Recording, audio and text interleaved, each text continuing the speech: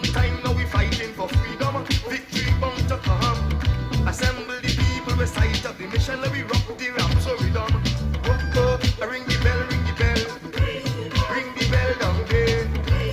Ring the bell, ring the bell. Ring the bell down there. Ring the bell for justice. Ring the bell down there. Ring the bell for culture. Ring the bell down there. Ring the bell. Okay, ring the bell, ring the bell. I am about to ring a different kind of bell right now. Can anyone hear me? Everyone hear me, please? Just put an emoji in the chat if you are ready to begin. Welcome, welcome, welcome to the second Caribbean Women for Climate Justice Conference. My name is Dana Lynn Swaby, the Global Yadi. That's what I should have put in the chat, the Global Yadi, and I am pleased to be part of this year's conference planning team.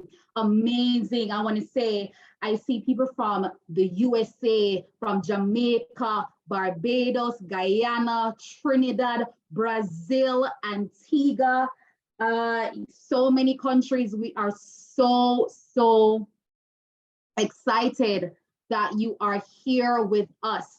So before I get into the official start of things, we have a language interpretation video that we want to share with you before I come back on screen. So I'm going to hand over to Master Control for that video. Probando, probando, 1, 2, 3. Saludos, gente bella. Test 1, 2, 3. Salutations. Bonjour, belle personne. Testing 1, 2, 1, 2, 3. Greetings, beautiful people. Este evento es multilingüe y con interpretación en español, francés e inglés. Cet événement est multilingue avec interprétation en espagnol, français et anglais. This event is multilingual and with interpretation in Spanish, French, and English. Colaboramos como intérpretes en Cooperativa Brújulas haciendo justicia del lenguaje y sanación. Ahora les vamos a compartir las instrucciones de cómo activar su función de interpretación simultánea en Zoom. Si usted no habla o entiende completamente el español, francés e inglés, favor de activar su función de interpretación seleccionando el canal de lenguaje con que mejor fluye hoy. Nous collaborons en tant qu'interprètes dans la coopérative Brújula en faisant justice linguistique et guérison. Nous allons maintenant partager avec vous les instructions pour activer votre fonction d'interprétation simultanée dans Zoom. Si vous ne parlez pas couramment l'espagnol, le français et l'anglais, veuillez activer votre fonction d'interprétation en sélectionnant le canal de la langue avec laquelle vous vous entendez le mieux aujourd'hui. We collaborate as interpreters in Cooperativa Brújulas, doing language and healing justice. We're now going to share with you the instructions on how to activate your simultaneous interpretation function in Zoom. If you're not fluent in all Spanish, French, and English, please activate your interpretation function by selecting the channel of the language that you flow best with today.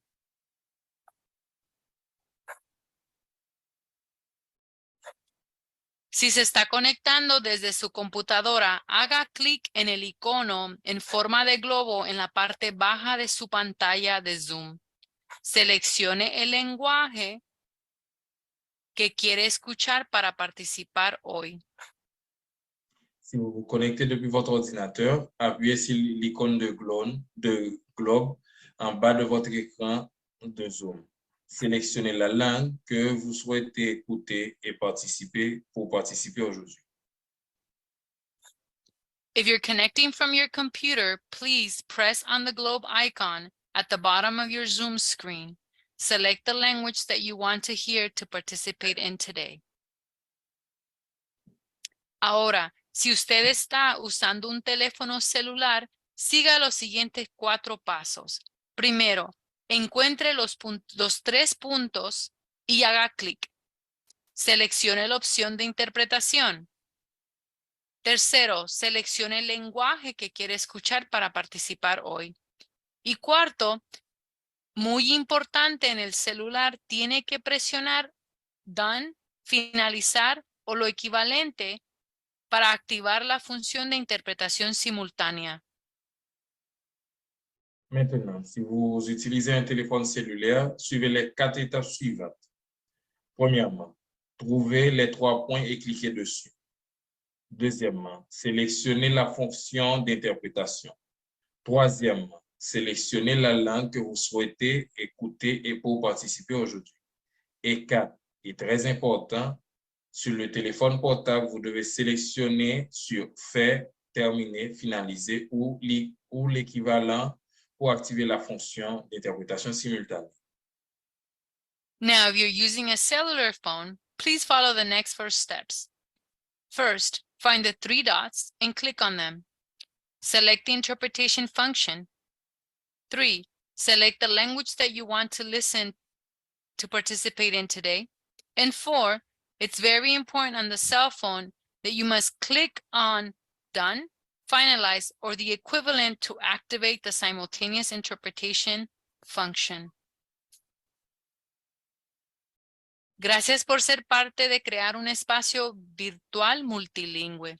En el chat puede leer más información sobre justicia del lenguaje y sanación. Si necesita apoyo técnico para activar su función de interpretación simultánea, por favor déjenos saber en el chat. Ahora nos movemos a los canales de interpretación simultánea. Merci de faire partie de la création d'un espace virtuel multilingue. Dans le chat, vous pouvez lire des informations sur justice linguistique et guérison. Si vous avez besoin d'assistance technique pour activer votre fonction d'interprétation simultanée, veuillez nous informer. Nous allons maintenant au canal d'interprétation simultanée. Thank you for being part of making a multilingual virtual space. On the chat, you can read more information about language and healing justice. If you need technical support to activate your simultaneous interpretation function, please let us know. We will now move into the simultaneous interpretation channels. Thank you.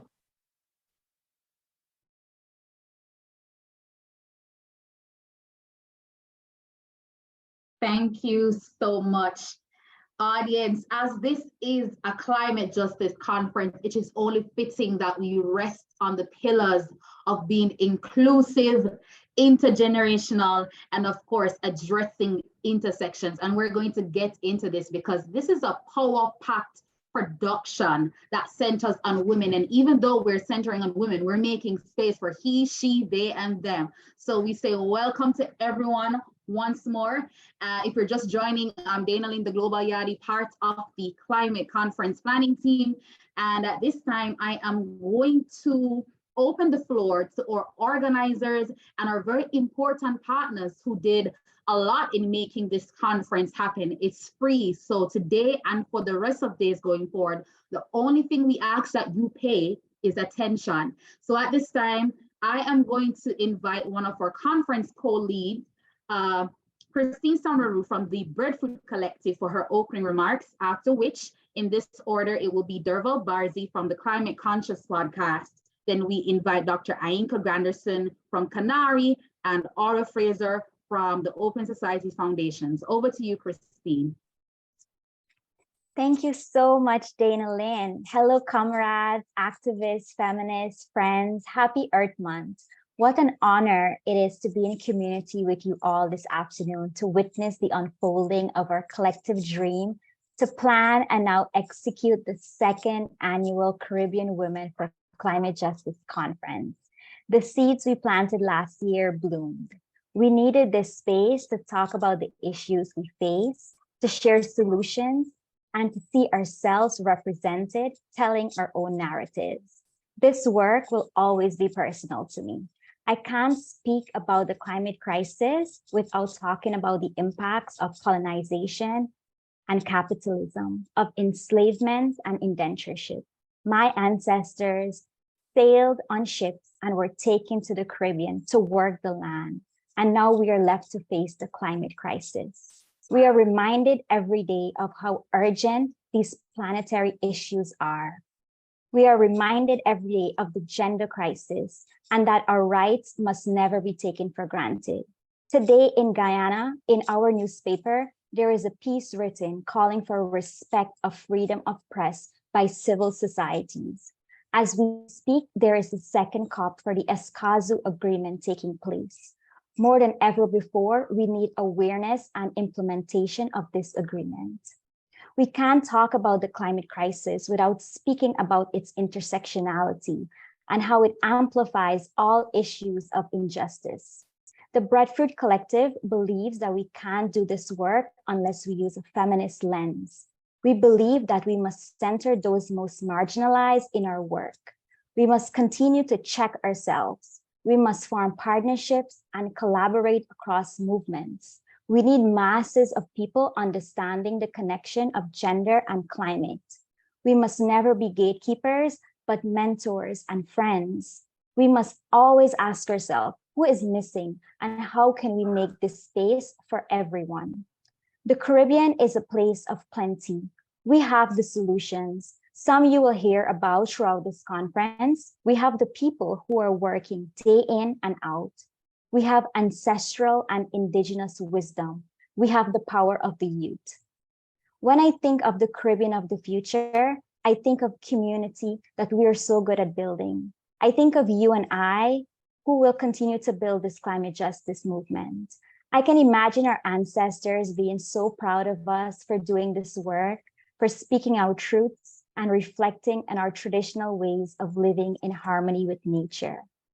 We have started a beautiful, inclusive movement that will continue to take new shape every year, to stay relevant to the issues we face, to include more people doing this work. I've recently learned the importance of calling people's name when the spotlight is given to me. I'm grateful for Janelle, Aisha Constable, Ashley Burnett, Dr. Grandison, and Dr. Joyelle. I'm thankful for those who continue to speak for human and environmental rights right here in Guyana, Vanda, Sherlina, Melinda, and Danuta. I can't do this work without highlighting Andaye and Karen from the Red Thread, and my late grandmother, a grassroots woman who was popular for doing domestic violence and awareness work right in her community in the way that she knew best. Thank you so much to the Open Society Foundation and Canary. Without you, we couldn't do this work. I'm thankful for my teammates, Dana Lynn, Ayana, Afifa, and Derval, who dreamt of this beautiful idea of bringing us all together to speak on the issues we face. Thank you all for joining us this year. Thank you for being here. And with this, I'll pass it on to Derval from the Climate Conscious Podcast.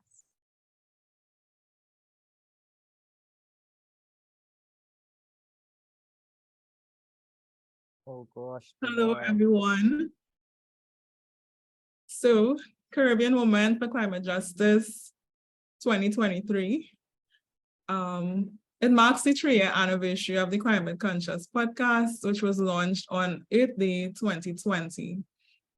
Similar to what we are engaging in here at CW4CJ, the podcast features insightful conversations as we advocate for inclusive, resilient, sustainable development, creating awareness, capturing learnings, and telling our stories of resilience with authenticity.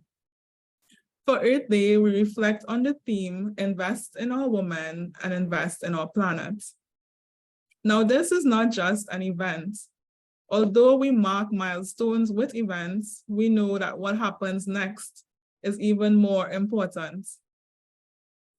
Christina and I didn't plan this, but we both acknowledge that, last year we planted a seed, and I dare say the seed has germinated, and we continue to pour into it with the expectation that it will bear much fruit.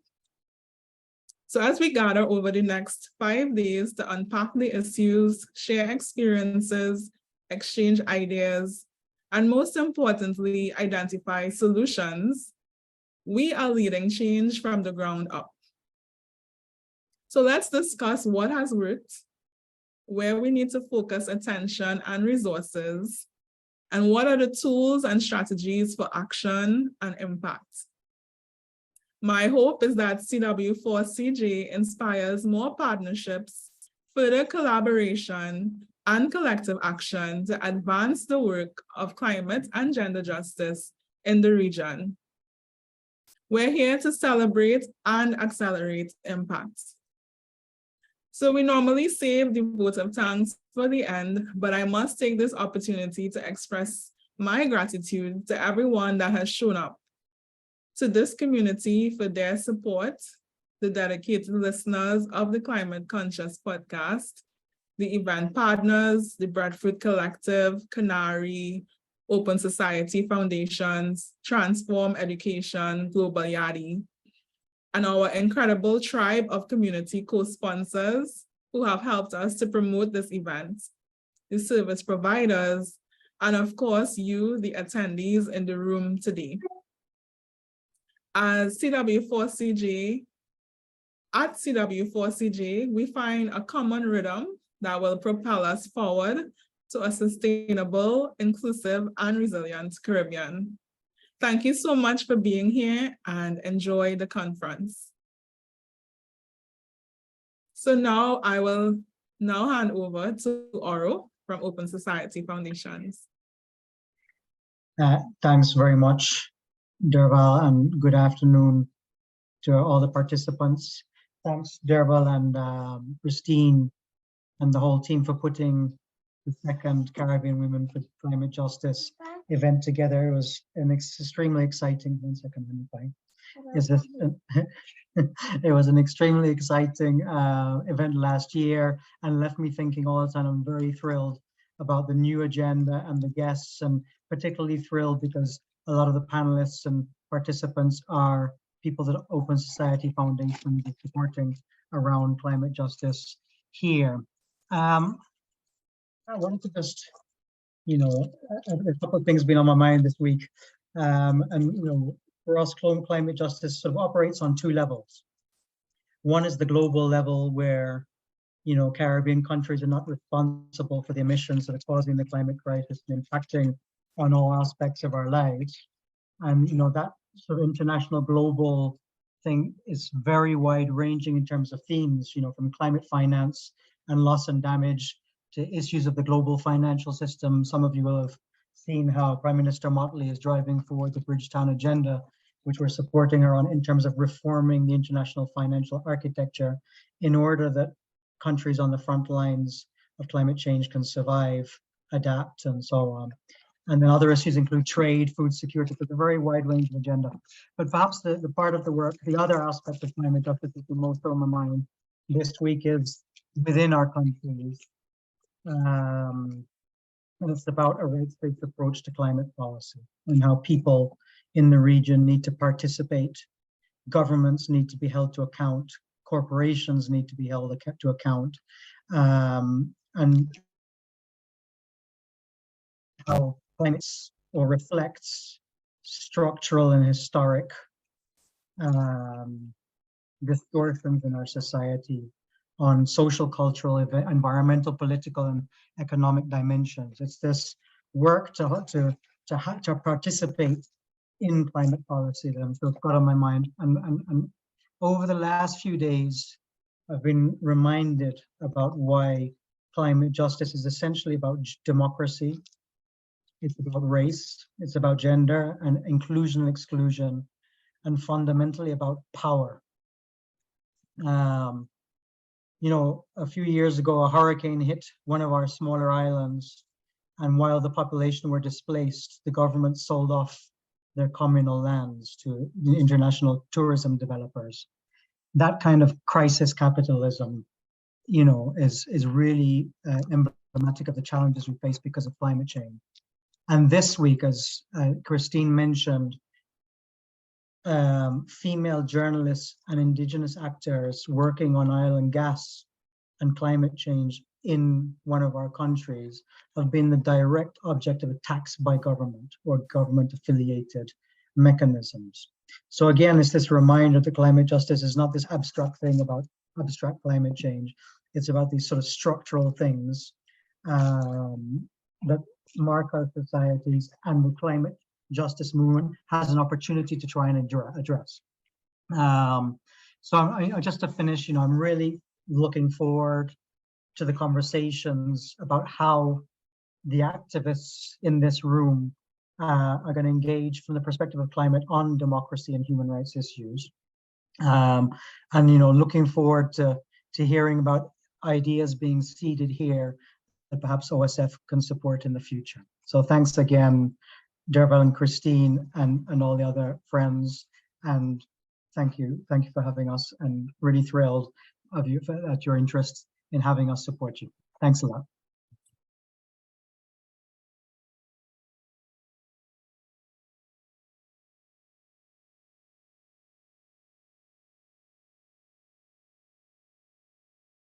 Is Aika here? Hi, yes, Aika's here. So I think I'm next up.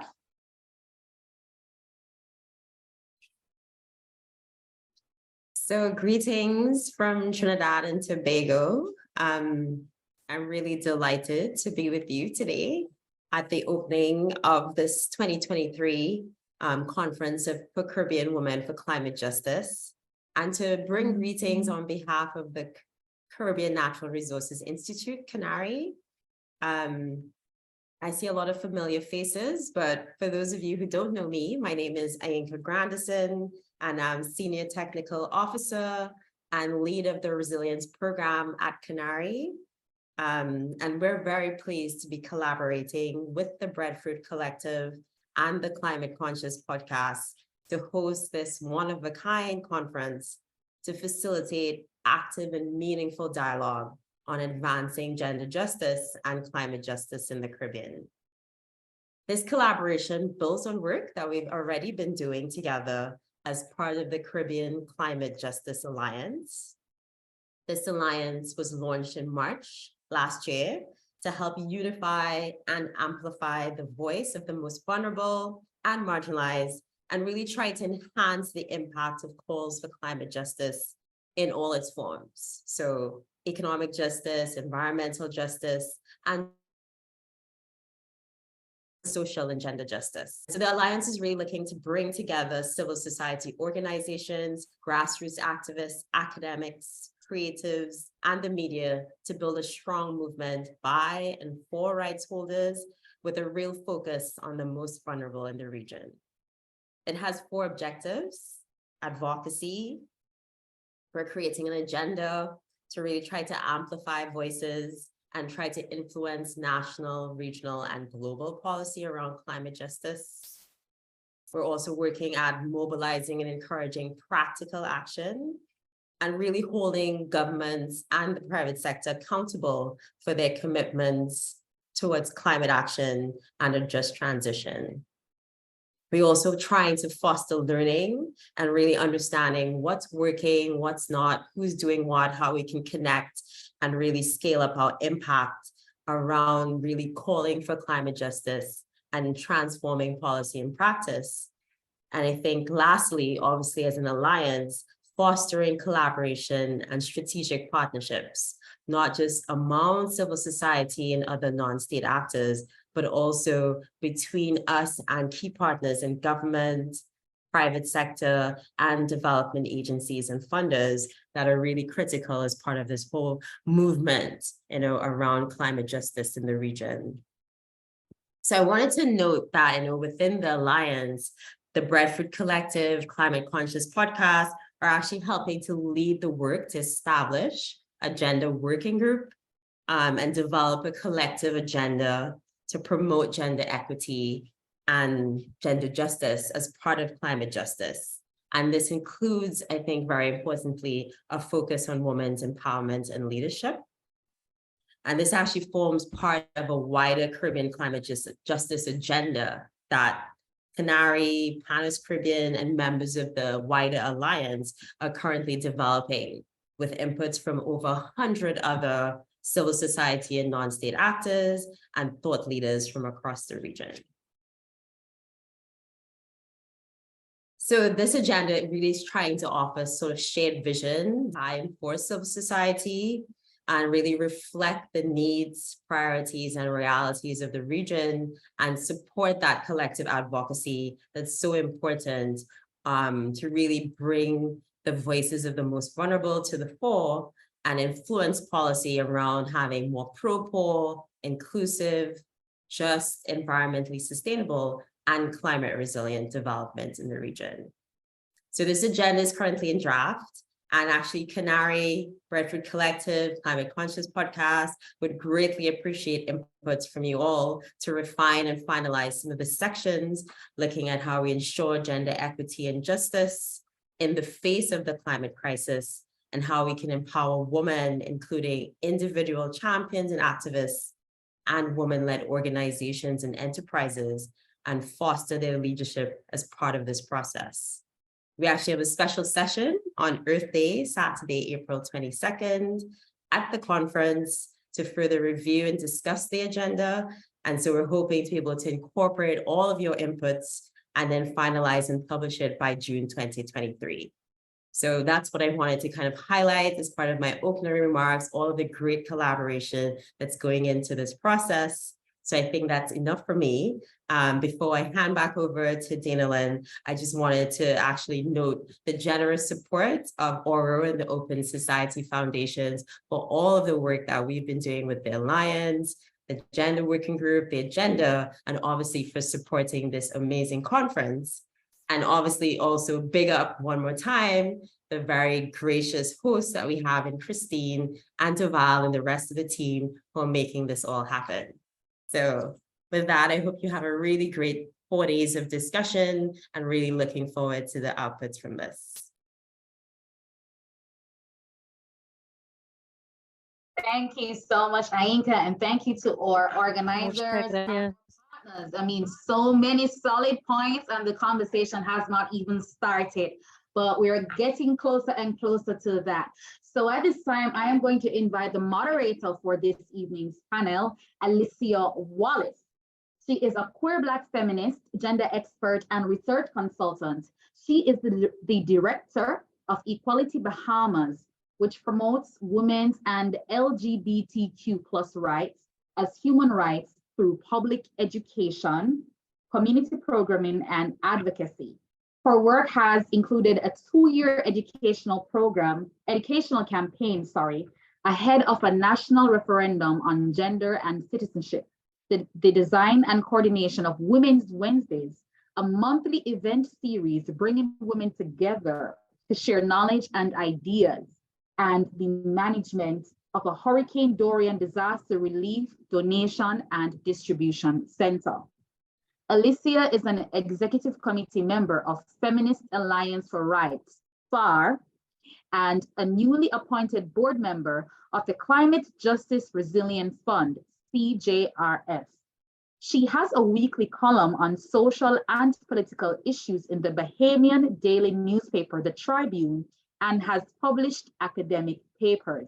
Please welcome our moderator for this evening, Alicia Wallace.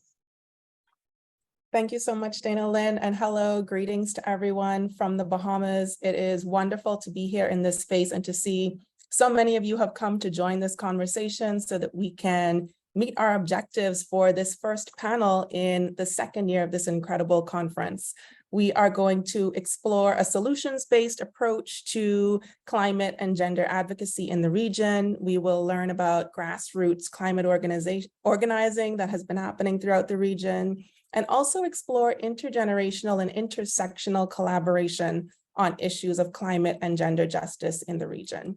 And I know when you come to panels, you usually come to sit and listen to people with expertise, but I really want you to think about this space as a shared space and make use of that chat function if you can. We would love to get your comments and your questions and your ideas flowing throughout this conversation. We might bounce back and forth between some of the things that you're saying and contributions that the speakers are making. And please think of our panelists as catalysts to really get the conversation started, because as you know, this is the first day of 4 days that we'll be spending together. Thank you all for joining us. And I'm turning now to you, panelists, the invited speakers for today. I know that people want to know more about you and who you are. So by way of introduction, could you tell us a little bit about yourself and your work by sharing a defining moment or a turning point in your advocacy for climate and/or gender justice? And let's go in alphabetical order so we can start with Andriska and then move on to Emme, then Judith, then Malene, and then Sirito. So let's get started with Andriska. Please share a defining moment in your advocacy. Good evening, everyone. Thank you so much for having me. I'd like to take this moment to thank Christine and Afifa for considering me to be a part of this, to thank the panelists for taking time out to share their knowledge with us, and to thank the audience for taking the time out to participate in this and to be a part of this space and conversation. So as you've heard, my name is Andriska Thorington. I am a 20-year-old youth activist and final year law student at the University of Guyana. I lived in St. Lucia for many years, so my experience of the region is rather layered. I am passionate about environmental protection, climate justice, and sustainability. I am a member of the Caribbean Climate Network with previous ties to 350.org through their Caribbean School of Climate. I am also the youngest applicant on a local case filed against Guyana's Environmental Protection Agency. And I think that that is a defining moment for me in my climate advocacy in particular. So I'm just going to talk a bit about how I got into the case, as in the process prior to the case's application, the overarching purpose of the case, as well as how it connects to gender justice. So prior to the development of the case, I had been discussing some concerns about the oil exploration projects in Guyana and the impact that these projects would have on Guyana's environment, with Ms. Seneca Henry, who is also an applicant on the case, and Ms. Charlena Najir, with whom many of you may already be familiar. So they revealed to me that they had been in contact with Ms. Melinda Janke, who is a Guyanese environmental lawyer, and they arranged a meeting and we discussed Guyana's oil exploration projects in the context of the Environmental Protection Agency and their failures to adequately safeguard against harmful environmental activities. We also discussed reports of the oil company Esso Exploration and Production Guyana Limited and how they were flaring excessively due to a faulty gas compressor that had been faulty for almost 2 years at that point. So after a very fruitful discussion, we decided to officially file an application. And the overarching purpose of this case is to review the EPA's modification of the environmental permit granted to Esso. And the original permit prohibited flaring. However, the modification allowed Esso to continue to flare. So we want to question the legality of that decision, because the environmental protection regulations, regulation 14 of that, allows for the permit to be modified so long as that modification doesn't give rise to an additional adverse effect. And of course, gas flaring is an additional adverse effect. It introduces toxic pollutants into the atmosphere, which, in keeping with the theme of this conference, accelerates climate change and thereby accelerates rising sea levels. And as you may be aware, Guyana is one of the most vulnerable nations to rising sea levels. Our capital is below sea level, and our seawall has time and time again been proven to be inadequate in relation to protecting us against this threat. We are also seeking orders directing Esso to cease all flaring, as well as to publish their annual greenhouse gas emissions from all of their facilities and from the relevant offshore support activities. So not only do we want flaring to, I'm sorry, I just saw to slow down, I'm sorry. So not only do we want flaring to cease immediately, we also want transparency for the people of Guyana. Now, with how that relates to gender, while I'm not as immersed in the gender space as many of our other esteemed panelists, I do think that a case of this nature, having 3 women as applicants, is monumental, especially in the context of Guyana. So in Guyana, the culture is to be very outspoken within our tight-knit communities. However, when it comes to taking a stance or a position that is contrary to that held by those in power or those decision makers, we tend to pull back and we tend to be very silent and compliant. So to have 3 women take this stance that so many shy away from is so important with respect to women empowerment, because it reinforces that women's voices deserve to be heard and our concerns need to be addressed and remedied. And we're demanding that these concerns are addressed and remedied. And since this case became public, many women have reached out to myself and the other applicants to inform us that they feel very encouraged by our case, and it has prompted them to take action within their own communities. So that's the end of my submission. Thank you. Thank you, Andriska, for sharing that experience. And if you have any links where people can read a little bit more about that work and about the outcomes, please do share those in the chat. I'm sure folks would be interested in learning a bit more. Let's go on to Emme. Can you tell us about a defining moment in your advocacy?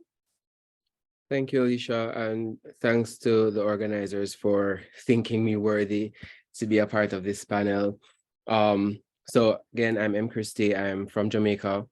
I identify as a member of the trans community. I'm non-binary.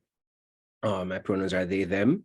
I am currently living in Syracuse, New York, where I'm a PhD candidate at the State University of New York, College of Environmental Science and Forestry. So a little backstory. Before I moved here, I was an environmental consultant for around about 10 years. And in the maybe 7 out of those 10 years, I was a human rights advocate, beginning at the point when I came out as a member of the LGBTQ community, well, publicly came out anyway. And, you know, while working as an environmental consultant, there's a particular frame that we use when we're doing our work. And, you know, for example, linking all our findings and our approaches to the regulations that are set forth and the requirements that the client has in terms of the projects. And it wasn't until I started to work with human rights advocacy that I realized that there was a lot more to doing all of these environmental analyses that we're doing. You know, the critical element of local experiences, community experiences, personal experiences that were being omitted from our analyses simply because they're not reflected in regulations. And that kind of set me through a loop of, you know, wanting to do more with the knowledge that I had as a chemist. And that's how I ended up in a PhD program in environmental science, where I now consider myself a critical environmental sociologist. And what that simply means is that I focus on the human dimensions of environmental problems, and I focus on power dynamics within those interactions. So I'm looking at governance, I'm looking at how people relate to governance, how people identify with their environment and environmental issues. And I also consider myself to be a transdisciplinary scientist, meaning that I do not view knowledge as being mechanistic in the sense that we can only learn by conducting these empirical experiments. So it's not just air quality, it's not just water quality, it's not just applying statistics. As a member of the LGBTQ community, and I'm sure a lot of others can identify with this on this in this meeting now, that we are experts in our own experiences. We have a lot of knowledge by virtue of our positionality as members of the Global South, as members of the Caribbean and other regions that we're from, as racialized bodies, Black people, women, LGBTQ, disabled. We have different experiences and we are experts in those experiences. And that constitutes a body of knowledge that we do not often factor in how we do environmental work. So that's the basis of my PhD research, and that's the basis of my politics. If anybody here follows me on Twitter, you recognize that I'm often peeling away a few layers from what is really, you know, in front of us. I'm asking the big questions like why, who, when, where. So just a bit of, you know, I guess, what qualifies me to be here in some way. So I work with the Jamaica Climate Change Youth Council as well. I'm one of their associate directors. And I do a lot of work in terms of climate justice and queer experiences. So I've published a research with Equality for All Foundation in Jamaica in 2021 about the LGBTQ experience with climate change.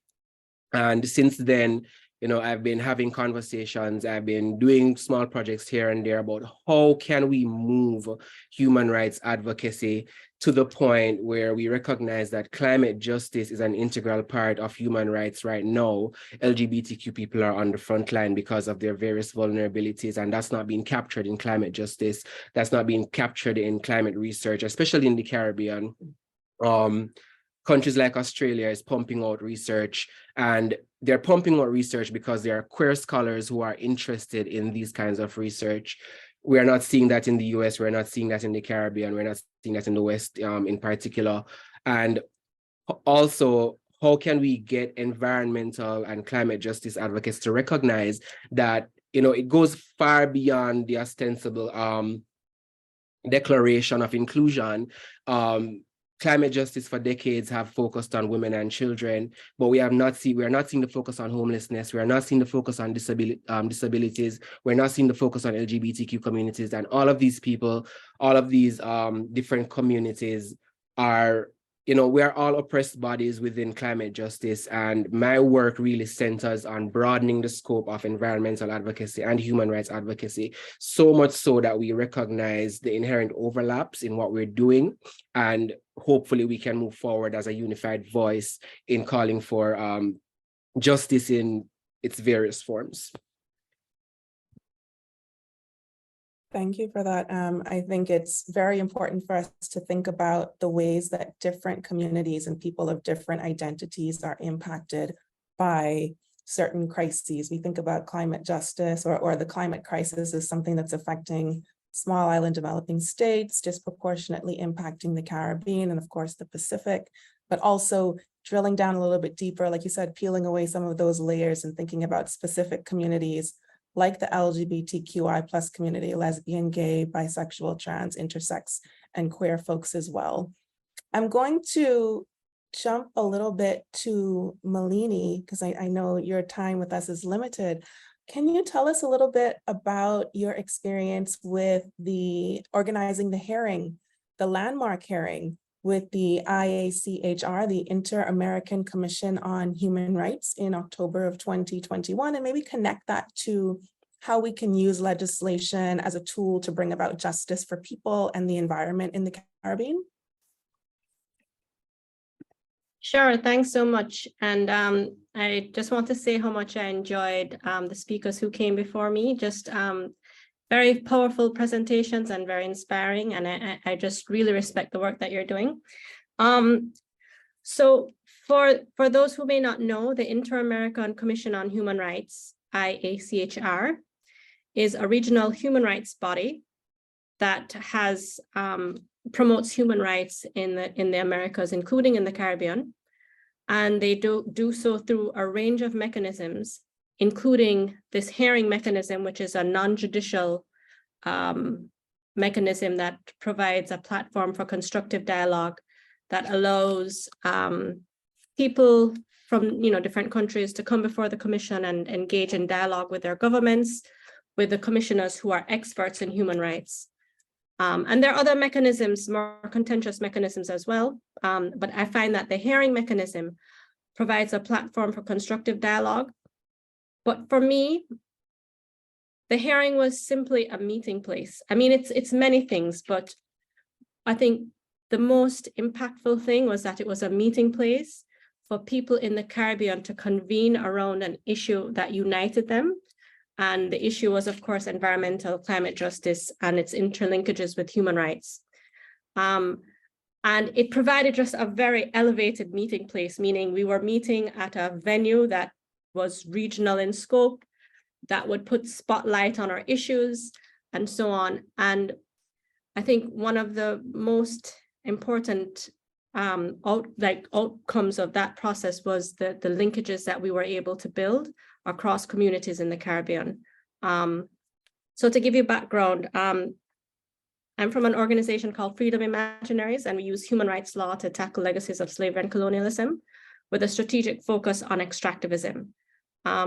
In 2021, we started engaging with communities and organizations across the Caribbean with the idea of presenting a request for a hearing of the Inter-American Commission on Human Rights on the issue of extractivism. Well, the hearing was on extractive industries and human rights, because that is the language that you have to present to bodies of that nature.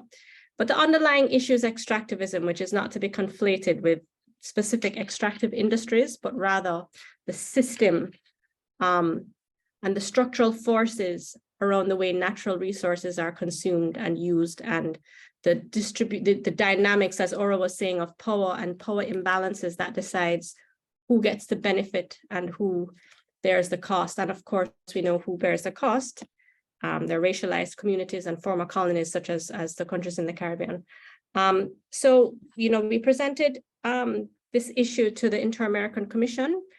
We focused on the human rights abuses that exist in the extractive sector across the Caribbean, with a focus on countries, specific countries, Jamaica, Guyana, Haiti, Trinidad and Tobago, the Bahamas. And we used a human rights-based approach, which used human rights law and tools to show how extractive industries were violating human rights, but specifically the human rights of the most vulnerable communities. And those communities are indigenous, rural communities, women. And when you look at intersectional identities, I mean, what these environmental injustice issues do is just magnifies the vulnerabilities that you already face. What else can I say about the hearing? The outcome of the hearing was, the commission made strong statements about the issue of extractive industries in the Caribbean with a focus on climate justice. And coming out of that hearing, we were able to build on those connections to continue our work in the region, including in Jamaica, where there's litigation going on right now with respect to the extractive sector. I won't go into that because it's pending before the court. But I was actually prepared to answer the question on like a defining moment in my career. So I will or in my work. So I will just kind of end it there, which is to say that the most exciting or important part of my work is not really what happens at the Inter-American Commission. It's what happens in communities, because the most defining moment was when I became a community lawyer and did community lawyering. Yes, the Inter-American Commission platform is wonderful. Yes, litigation before courts is important, but it is a work that happens in communities because, we exist together. Like we exist in, we have to live together in ways that are, like build solidarity, principles of solidarity and kindness and living good together. This legal profession it teaches you philosophies of separation. You're a lawyer over here, you're working for your client over there, you're exchanging money, and there's a certain elitism as well that goes into the whole legal profession. I don't consider myself a lawyer. I just use law as a tool to achieve justice. It just so happens that I was trained as a lawyer and I just happen to have, that inclination and expertise, but it's just a tool to seek justice for communities who have their own tools as well, and we share together. I learn and they're like exchanges that should happen. And community lawyering is about understanding the visions that, are on the ground, the visions of how communities want to live and exist in the world. And it is about using legal tools to accomplish that vision, not just for one person, but in a transformative way that allows for, structural change to take place. And that has totally revolutionized the way I do law. As I said, I don't consider myself so much a lawyer as someone who uses certain tools to achieve justice, and law is just one of them. So I think I'll leave it there for now. Thanks so much again for inviting me, and I look forward to hearing the other interventions. Thank you so much, Malene. I like that phrase that you said, living good together. That's definitely a goal to hold on to. Coming to you, Judith, educator, trainer, facilitator, advocate, researcher in the field of gender and development in Jamaica and across the region. Given the long-standing nature of gender advocacy in the region, what can the climate justice movement learn from the gender justice movement? You're still muted. Sorry. Thank you so much, Alicia, and all the members of the Climate Conscious podcast, the Breadfruit Collective, the team in Canary. I can't tell you how honored I feel to be amongst you all.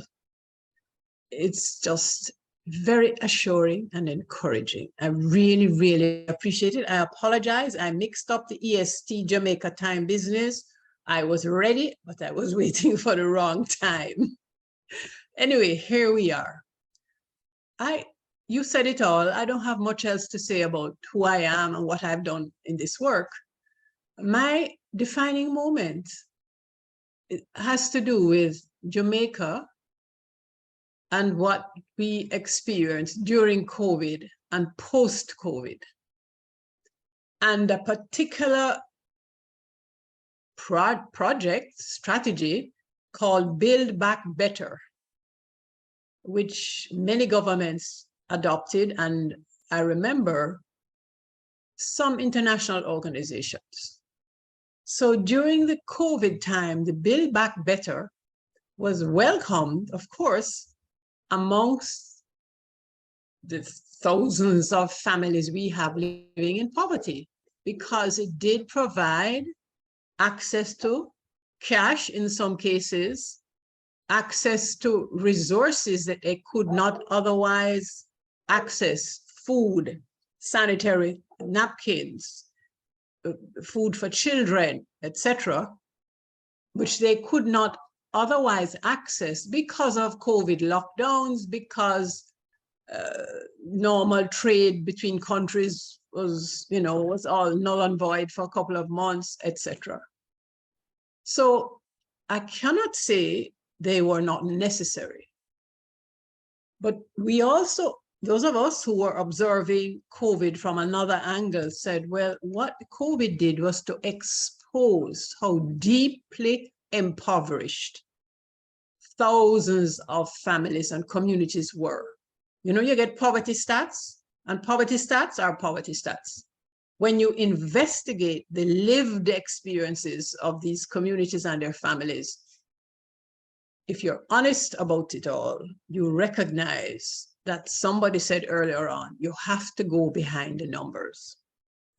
So what it did for me was to say, in respect of climate change, this was my defining moment, and climate justice.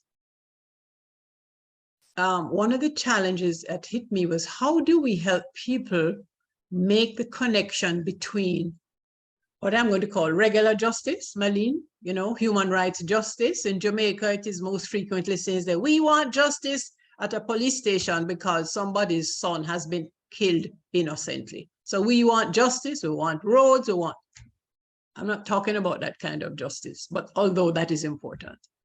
How do we make the connection between climate justice because of the way in which the damage to our planet has taken place across generations? And the damage we know is caused by the more wealthy countries. But the countries who are experiencing the extreme climate actions and the extreme impact are those who have contributed the least to the creation of the emissions. That to me hit me as the epitome of global inequity. And therefore, I started asking myself questions like, okay, then, if we want to also address the principles of gender equity and equality, we need to be very aware of the conditions under which people live, what they are experiencing, pretty much what Em was speaking about, pretty much what Malene discovered when she went into communities and started doing community justice or community law. So I am working, I'm a work in progress, completely committed to intergenerational dialogue and learning and sharing. But this particular experience of working now in my own mind to demonstrate how climate justice and gender justice fit, they complement each other, they support each other. Together they become a multifaceted tool for us to take on the global inequity, which is what the climate change challenge is presenting to us. I don't know if that makes any sense. But when it hit me when I thought, I can't just pretend it's not life as usual. It cannot be, either on the poverty side, on the gender justice side, or the climate justice side. So that is what I want to contribute at this stage. But I also would like to add one last thing. I reminded myself, and I'm sharing it, that when we are aware of the impact of poverty on the lives and livelihoods of people, the data is there, but how do we have to make sure we look behind the data and hear of people's actual experiences in poverty? Sometimes the data doesn't capture that, because it is in respecting those experiences and how their rights are abused in those experiences that, for me, will help us to be more successful as we work towards climate justice and gender justice in a way that complement and support each other. Thank you. Thank you, Judith. You definitely picked up that thread throughout that's been kind of being woven throughout the conversation, with Em talking about the differences and experiences based on identity, and Malene talking about connecting to people, and you named it, that inequity that exists. And you also brought up the need for intergenerational learning and collaboration. And I'm turning to Sirito on this one, because all over the world, people are talking about Indigenous communities and how much we have to learn from Indigenous communities and their connectedness and their inhabiting and caring for the earth and for one another as well. What lessons do you have that you can share with us, with practices to highlight the benefits of intergenerational dialogue and collaboration, and how we can enhance it as we continue in our advocacy and in our push for justice?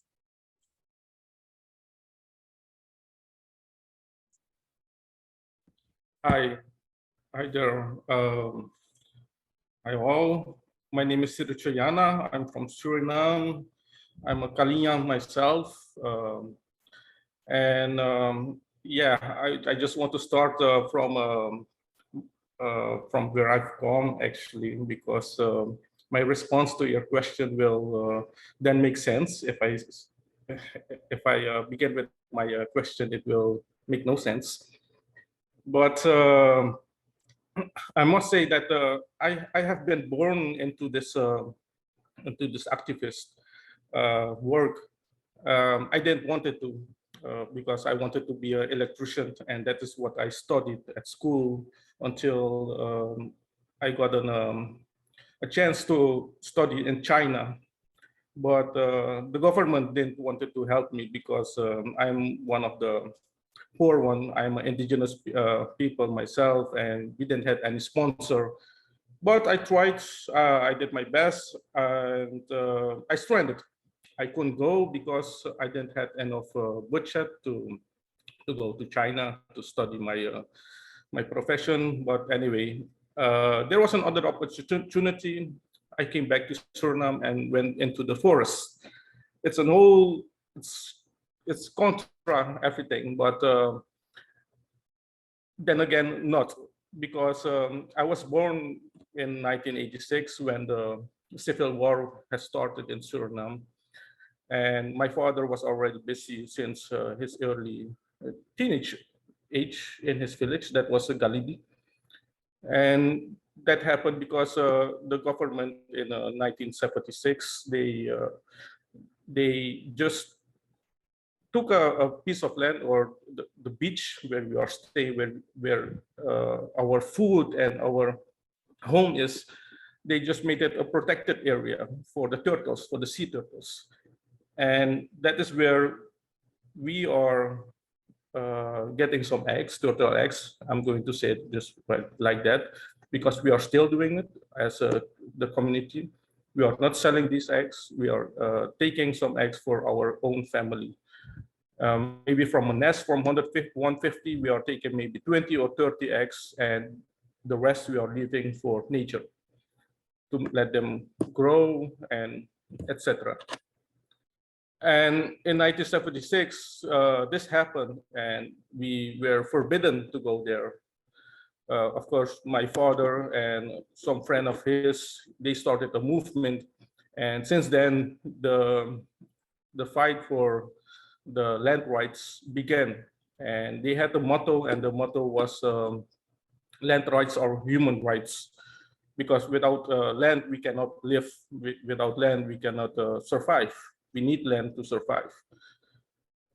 So yeah, later on, 10 years later, I was born, and there was already an organization, different organization, but later on in 1994, the OIS existed, where I am a member now.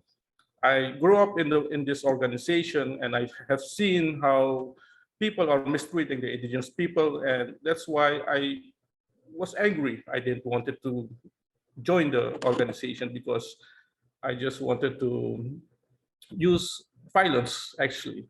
I always told my father, why don't we use violence to get our rights? But my father wasn't a fighter. With his pencil, he was always writing. I'm saying was, he just passed away 2 years ago.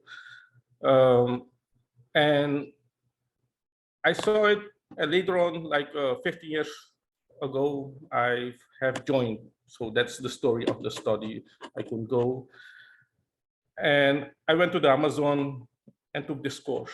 The first course, the first training what I had was with women's. And my mother always told me that in the village is the woman actually the most important, the men as well, but the woman is very important to keep the peace, to keep the family, to raise everybody healthy, good and strong, and to be respected actually as well, all the children, because the children are staying mostly with the woman from breastfeeding until we can hunt for ourselves. So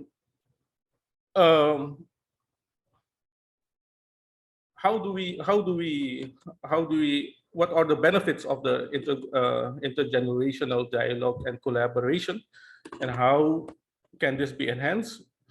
Well, in our indigenous way, I would say we learn this actually from experience and wisdom. And where do we find this? It's with our elders, with our mother, father, grandparents, and of course those stories of our grandparents that already passed away, the stories of the payay as the shaman, etc. All of these stories.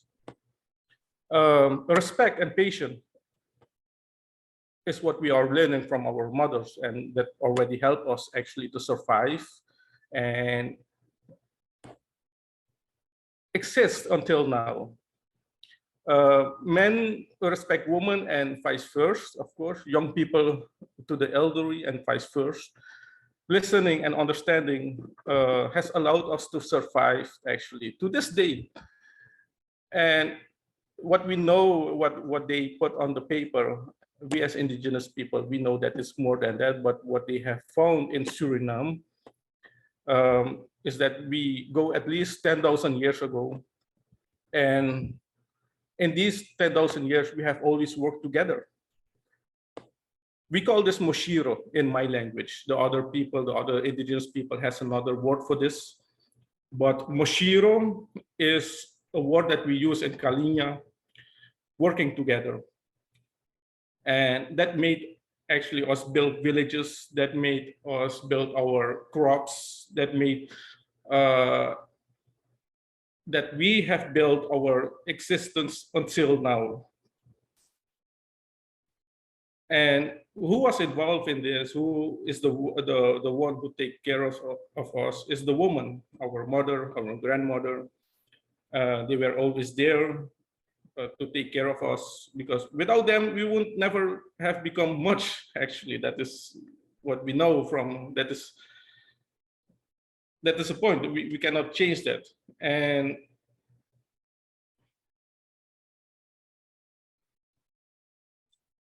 excuse me, I have to translate into English. I have some yes. So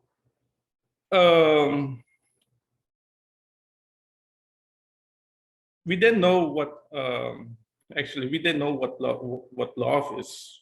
This love is what we get from our mother, from our grandmother. You know, we know how it is in the villages with the man. It's mostly the man is up there, the woman is there. But if you live this, you will see that it's actually we all come together on one level. Only when the other people come, the strangers from the cities, they will act like they are in top because they have to show who's boss. But normally in a household, it's the woman that take care of us. It's the woman that learn us to respect one another. And it is still like that, and it will still be like that for decades to come. And who first saw and felt the climate change? If we look at this theme, it's the woman, seeing that their crops no longer grows and that it no longer rains as it should, and the sun no longer shines when it should. They are our archaeologists, yes, and our meteorologists. They know everything about what is happening. And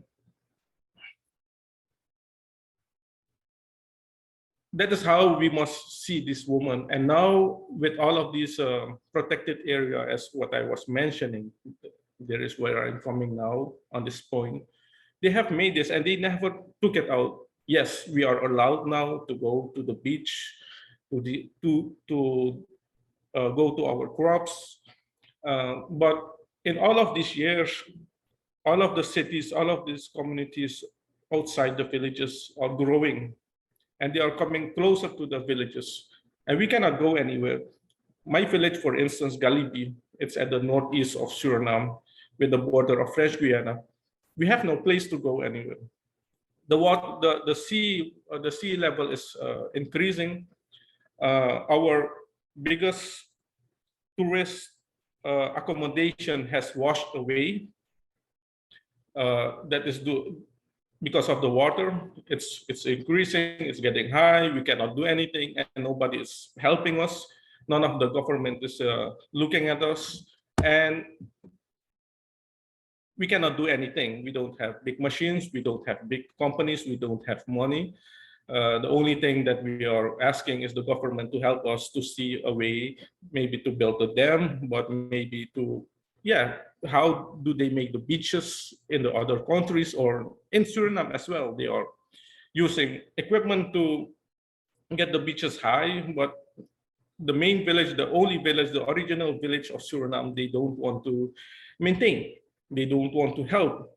And there are people living there, and we cannot go left or right. It's like an island.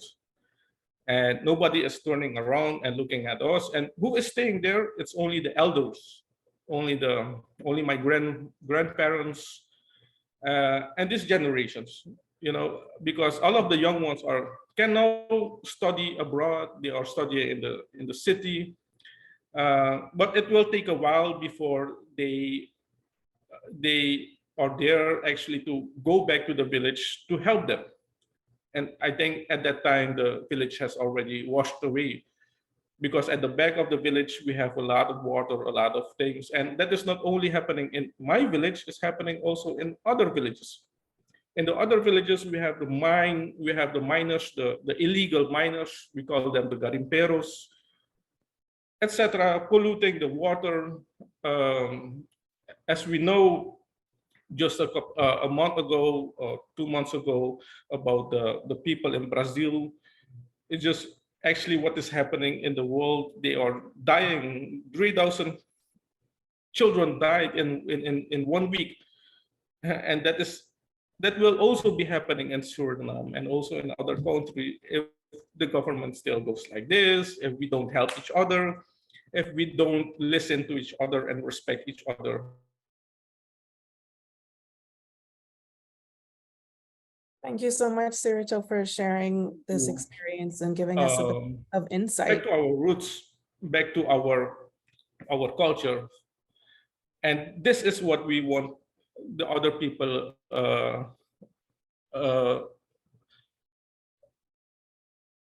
how do you say it, intingy, how that they must, we want them to have an ear for us, to listen to us, and as well to respect us. That's the only thing. We don't need big companies. We want our rights. With this climate change, it's getting more difficult for us and more difficult for the people, for the handicapped, for the women, for the younger, for everyone actually, but more for the women and for the elders and for the young ones. There is almost no future for them anymore, because I will say I'm living also as well in the city, and everywhere I'm using transport, I'm using the airplane, I'm using a taxi, I'm using my car, I'm polluting as well. I'm helping as well on this climate change. Everybody is helping to get it worse. I cannot say I have 10 clean fingers, because I'm also destroying the world. We all are, and we cannot go 100% green, because that would make us again Stone Age or whatever, how you want to call it. But we can help each other actually. We of the people of the city we have electricity, we have water, we can go up, we have airplanes. But my family in the Amazon doesn't have these things. They only have a boats, they only have their mindset to go elsewhere, to go higher. And even that is not possible anymore, because the government is giving everything away. The law is there to protect us, but the law is only on paper. And the law, as not in all countries, it is the same. If we look in the big Brazil, where they have everything, where they have the military, the police, with the Air Force, and they even cannot fight the illegal miners. And what about in Suriname and the other poor countries? It will be a disaster. It already is. In Suriname, it's already, it's 93% covered with green. We are proud on this, but how saudável is it? How healthy is our 93% of forests? That is what we have to look into. It's very. I am proud on of my country. We are making a very big statement, but we all should look at the little people And I don't want to call myself poor people because we have everything in the forest. We don't need pharmacies, we don't need supermarkets, we have everything. We are actually rich people, but we want to share this rich with everyone. We don't want to keep it in the banks. We don't want to keep it in the vaults. We want to share it. And we are asking actually the world to help us to share this beauty and the richness that we have. So that is what I wanted to say for now. And thank you for this opportunity. It's an honor to be here. You know, fighting in this world with a pencil and a pen. It's not easy because we are getting killed literally. Our leaders are getting killed by the governors, mostly by the governors, and because these illegal miners are getting the papers and also getting all access, because there is no security, there's no protection for our people. The only protection what we have is a spear, a bow, but we can only do so much with that. And we have our shaman that tries to protect me because I need to go out there between all of them, but still it's not enough. But we will survive anyway. That's the point what I wanted to give. We are all here. We are all here actually to seek opportunities, to seek a solution together, to put all of the minds together, and to see how we can come to a solution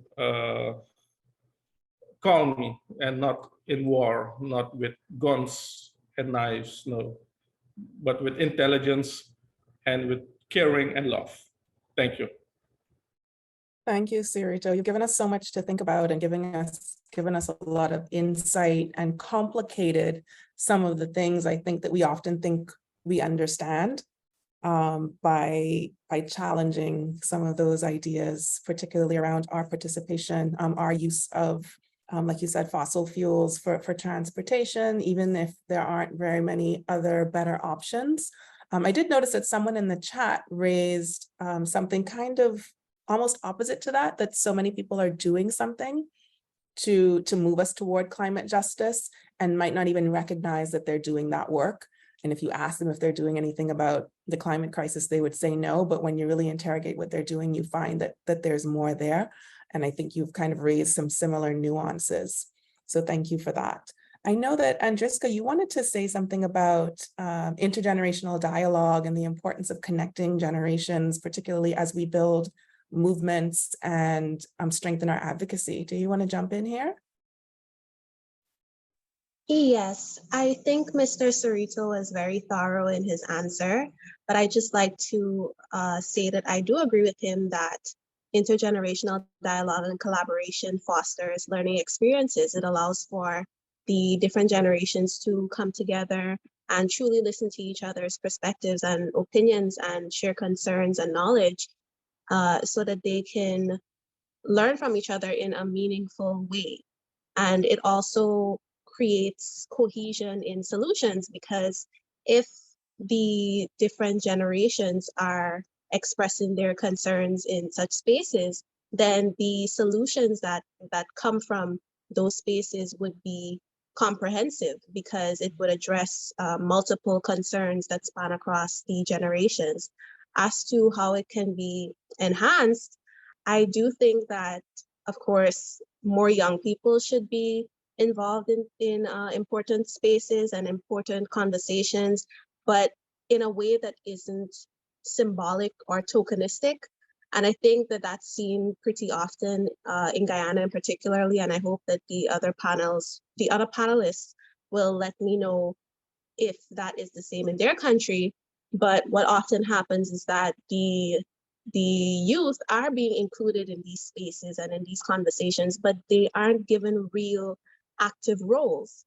And while we do see this improving, for example, in the Young Influencers program that the Ministry of, that the government had recently, that the government launched in 2021, my bad, where they got young people from different backgrounds to who are interested in their communities and in giving back to their communities. They got them together, they trained them, and they allowed them to participate in ministerial projects that relate to the youth and that relate to them. So I want to see more of that. I think that that could definitely enhance intergenerational dialogue as a tool for the achievement of our goals set out in our movements. Thank you, Andriska. It's a great addition to what Sirito mentioned earlier. We're coming to the time for questions and comments and ideas from those of you who are joining us for this session who are not on the panel. So do start to think about what you might want to ask or contribute to this conversation. As I mentioned earlier, the panelists are meant to be a catalyst for a larger conversation. So please put your questions and comments in the chat. We'll be paying attention to raise them. And just to give you a little bit of time to think about that, to formulate your contributions, I'm going to come back to Emme with a question about tools and practices for advocacy. Are there any that you hold near and dear, any that you have found to be particularly useful or that you want to begin to develop in collaboration with other people? Thank you, Alicia. I'll preface this answer by saying, I don't consider myself an expert in advocacy. I advocate for what I believe in, and in so doing, I pick up tidbits here and there. But I just have a couple things that I want to mention here that I think they all intersect with each other, and if we approach this with the underlying intention of creating space for the voices that we're advocating for the experiences that we're advocating for, these four things should, in effect, offer some sort of amplification to what we're doing. And the first one is community and grassroots organizing. So our advocacies usually center on some problem, right? And there are different definitions of a community. There are different definitions of a public in terms of who we're advocating for and who we're creating these messages for. So it is important to identify the community, and it is important to engage the community in framing the problem for which we're advocating. So, for example, within the LGBTQ community, climate change is not at the front and center of our concerns because we have so many other things that we need to be thinking about, and I speak 100% from the experience in Jamaica. You can let me know if it's different or similar in any other Caribbean country. But we're now going through a constitutional reform process, and we're being told that equality is not on the agenda for constitutional reform, and that might have far-reaching implications into the future in terms of how we bring LGBTQ people into the remit of climate justice, for example. So our issues are centered around access to education, access to employment, access to healthcare. How do all of these issues within the LGBTQ community, for example, fit within climate justice discourse? Are there linkages? Is there a way to advocate for these particular things, but also ensure climate justice gets applied to the LGBTQ community? So again, identifying the community and engaging the community in framing the problem. We have to collect data. Our governments continually tell us that, we make data-driven decisions.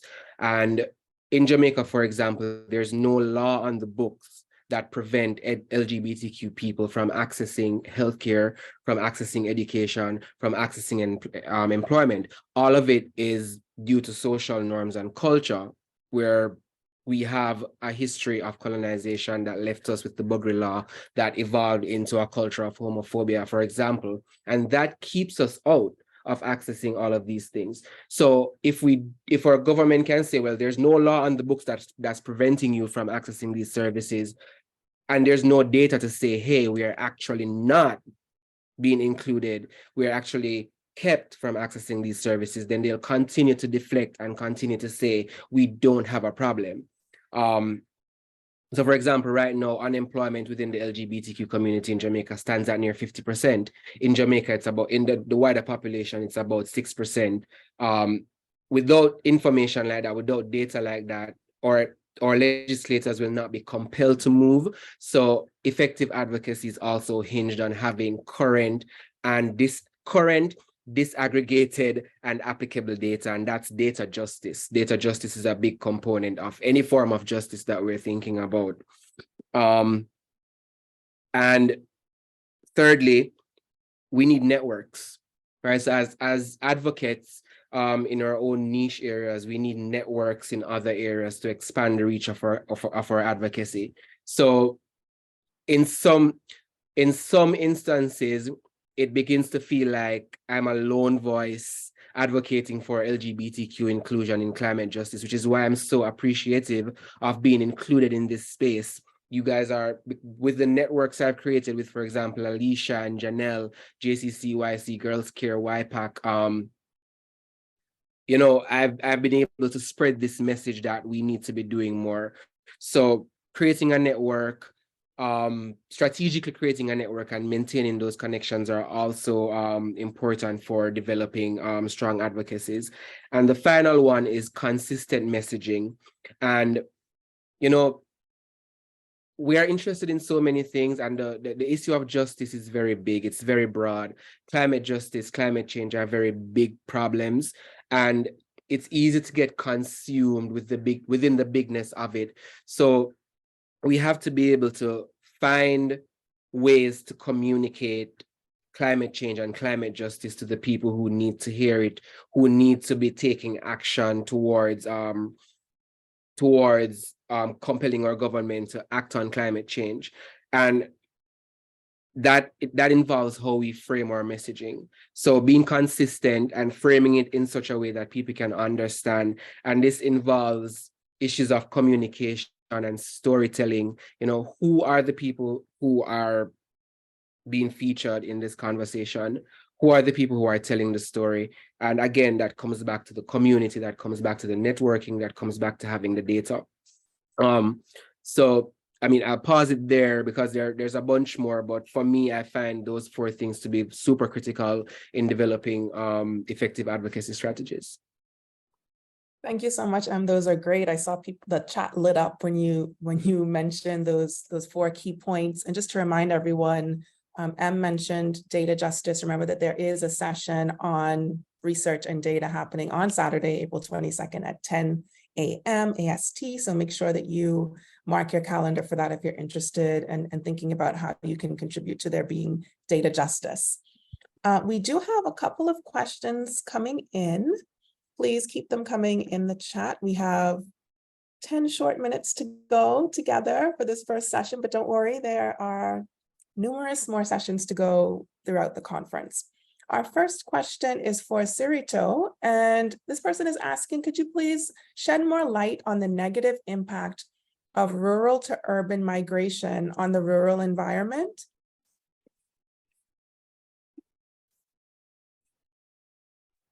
Can you repeat that for me, please? Yes, could you shed more light, explain a little bit more the impact that rural to urban migration is having on the rural environment, particularly in Suriname? No, yes, of course. Well, for now, what we have seen, and this is really happening, they have made a road to the south of Suriname. This is another part of Suriname again. The road goes deep into the jungle to our Amazon, as we call it, Amazon. And that already is affecting our food. The sportsmen are going into our sportsmen. The sportsmen of the hunting sportsmen are going into the deep jungle of the southern of Suriname, and these people are totally isolated. There are no cars, there are no boats that can go that way. So The only thing that goes there are airplanes, and that's we can control. But now that there's a road, and the only people that has cars are the rich people that has those four-wheel drives goes there, and doing this sport hunting, killing a lot of animals and leaving a lot of plastic and etc. in this area where actually our animals, our food, the food chain is breaking, and it doesn't exist more as before. And this is just 5 years ago it's been happening. And now the people are having less meats. The fishes, they cannot share actually to other families anymore, because the fishes as well, they are getting smaller, because you have the sport fishermen, or not the sport, the commercial fishers, who are taking the fish and selling it in the city. And the people, my family in the south of Suriname, they're having less fish, having less food, and they cannot go left or right, because if they do that, the government will not accept this movement of them. We are isolated already. We are not getting a lot of help of the government. We have to stay there because of the health system that they created, and the health system and the education is not 100%, it's like 50% or less. So the impact what they have on us, and with everything, with all of these new technologies that they are going, they actually they want to help us, but again, destroying us. As in the beginning, when we were isolated and had no contact with other people, with the city, we didn't need clothes, we didn't need a telephone, we didn't need anything. We were okay. But now they converted us into Christians, and what happened? They left us. Now we need clothes, but we don't have money to buy these clothes. We don't have money to buy these Bibles. We don't have money to do nothing. We don't have work. We don't have these things. Or we have work, but we don't have the system same as the city. So every little involvement of the city that is going into the villages, it's actually, they want to help us, but it's actually making us poor. So they are converting our thoughts and leaving us with nothing, actually. So that is how we got poor, by that's how they are calling us poor, and that is how it still exists. They are bringing internet now into the village, but we have to pay every month for this internet account. And these internet accounts are very expensive, because there's no line into the villages. And this internet is like 500 or 1,000 or 2,000 euros or dollars, which we don't have any, not even Surinamese dollars. So the effect that they have on us is very big. The negative actually to our young ones, it's a disaster, because they are using our young ones, actually, I don't want to say these things, but they are using them actually on the streets with drugs, etc. Let me put it that way, because they will say we are lightheaded, but we are not lightheaded. We are smart, but Amazon smart, forest smart. Everybody has a smart system. You have street smart, you have everything, the study, what you have in the city, we have it in the forest, but we have it another way, spiritual way, another way of living. But when we go into the city, you have these people that know these tricks to get our young ones involved, and it's a disaster. I have seen it with my own eyes. I've tried to stop it myself, but it's just a drop of water on a heated pan.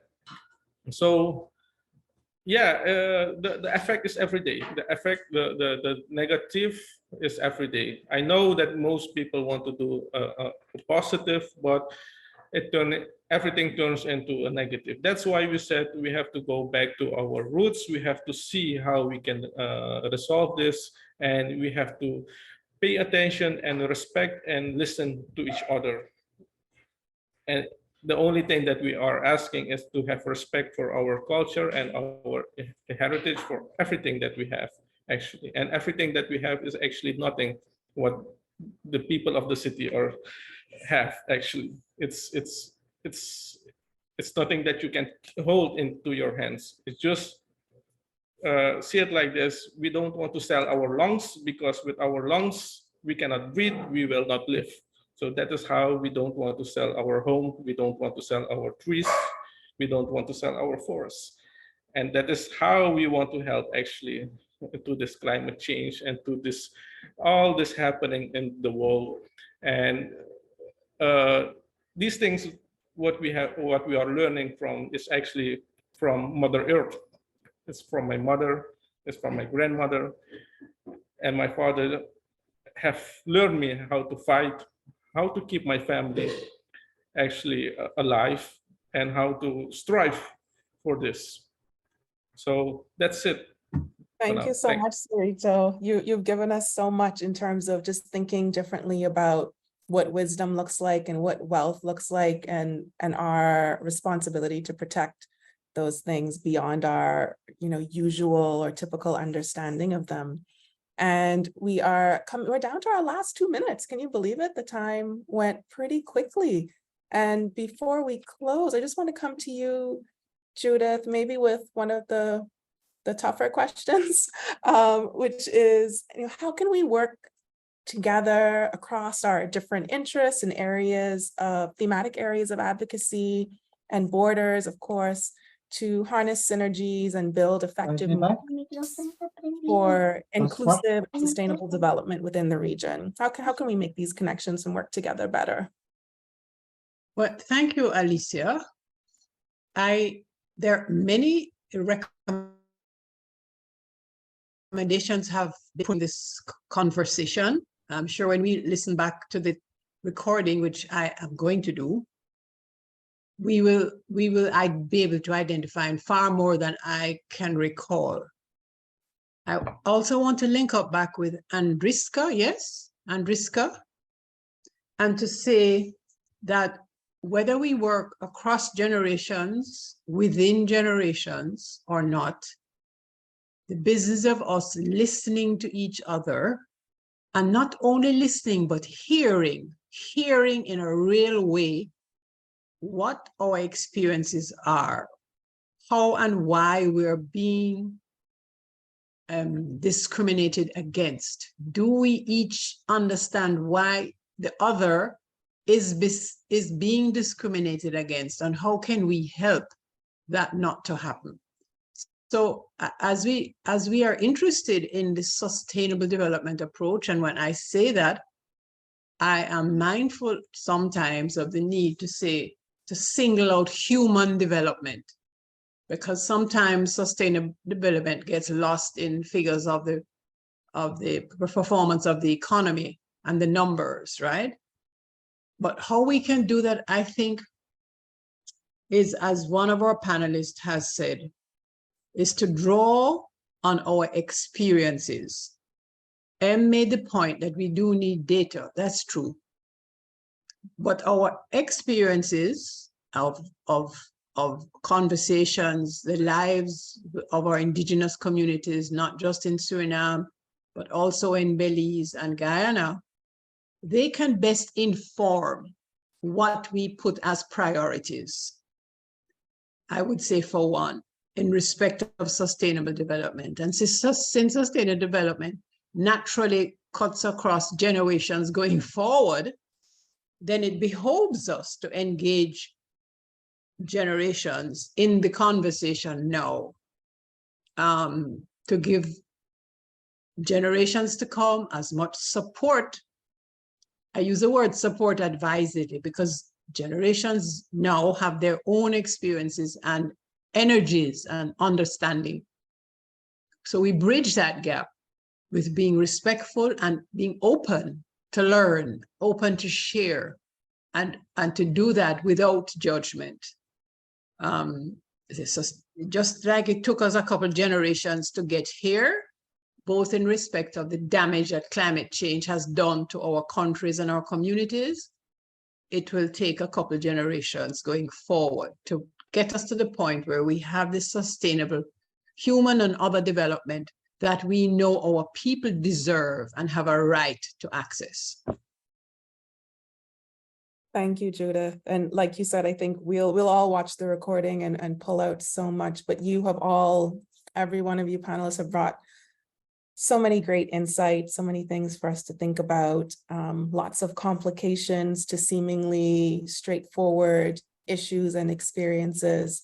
And one of the very strong common threads throughout this conversation has been people, focus on people and understanding that we are living in the same world, we are sharing an environment, but we're having very different experiences and having very different impacts on our lives based on our identities, where we are located, and so many other factors. And that's something to keep in mind. I want to echo what Malene said earlier about living good together and using what we have as a tool, maybe not letting our vocations become our entire personalities, but using our positions, our careers, our knowledge as tools to move us all forward as a people and toward our goals for a world that is equitable and peaceful and that we and future generations can enjoy. And as I close, I just want to leave you with the words, the insight, the provocation from a Bahamian artist, Angelica Wallace Whitfield, who was engaged in a street art campaign where she was spray painting all over the place. Hope is a weapon. Keep that in mind. Hope is a weapon. It's really important for us to remember that we can build a better world. We can improve our circumstances, but we have to believe it first. That's what hope is. Along with, it's a belief and it's also an action, using it as a weapon. Thank you everyone for joining us and being a part of this conversation. Please take a minute before the Zoom closes to scroll through the chat. There are some great links there that you'll probably want to share. And be sure to check out the calendar of events that will continue on into the weekend. And now I'm passing over to Dana-Lyn to take us through the evaluation and the closing. Thank you so much, Alicia, and thank you to our panelists for the diverse, deep perspectives that you shared just now. Please let me see the emotions. I'm hoping by now we're all familiar with using up the Zoom emojis and let us know how you felt about the session just now. I saw the comment section. It was so lively, so lit, and we are so grateful for everyone present here. And now we want to know how you feel. So we're gonna ask Aaron to run the polls. Okay, so the panel polls for today. So number one, how would you rate the panel? Well, today's panel, you're all here. So the first option, exceeded expectations. Second option, met expectations. Third, did not meet expectations. And I'm going to proceed to the second question. After this panel, how would you rate your understanding or awareness of gender and climate advocacy? So first option, increased significantly. Second option, increased somewhat. Third option, neutral, remain the same. I love that somebody's commenting in the chat. Also remember to complete the poll so we can have this on record.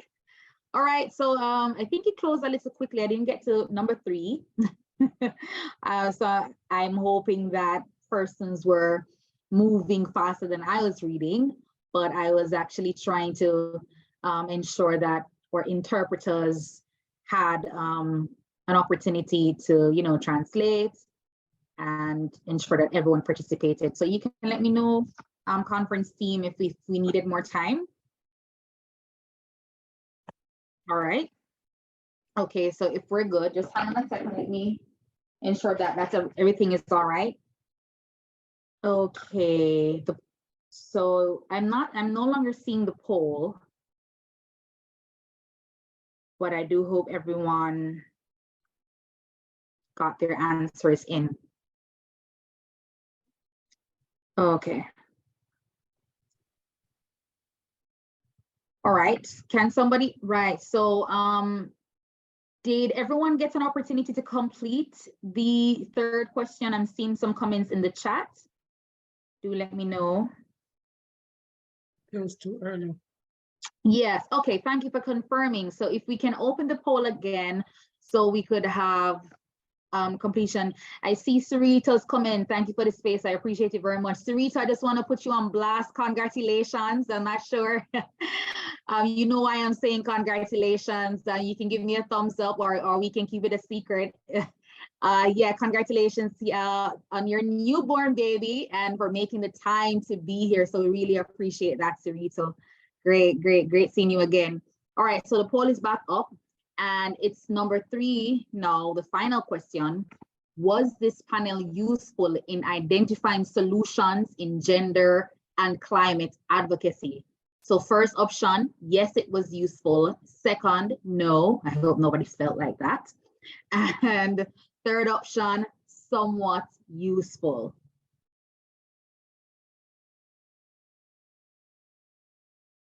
Okay, so by now I'm hoping everyone got an opportunity.